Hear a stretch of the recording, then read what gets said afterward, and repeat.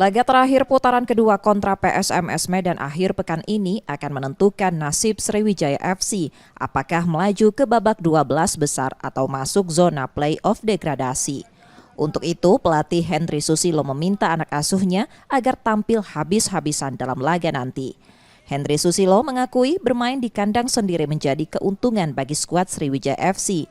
Ia juga berharap supporter Sriwijaya FC dapat hadir dan memberikan dukungan penuh di Stadion Gelora Sriwijaya Jakabaring pada Ahad petang. Ya, saya pikir keuntungannya kita main di home. Keuntungannya juga kita didukung sama supporter. Ya, banyak begitu ya. Masalahnya ini juga bagus. Insya Allah supporter kita bisa menjadi pemain yang ke-13, 12, 14 ya. Ini motivasi tersendiri buat anak.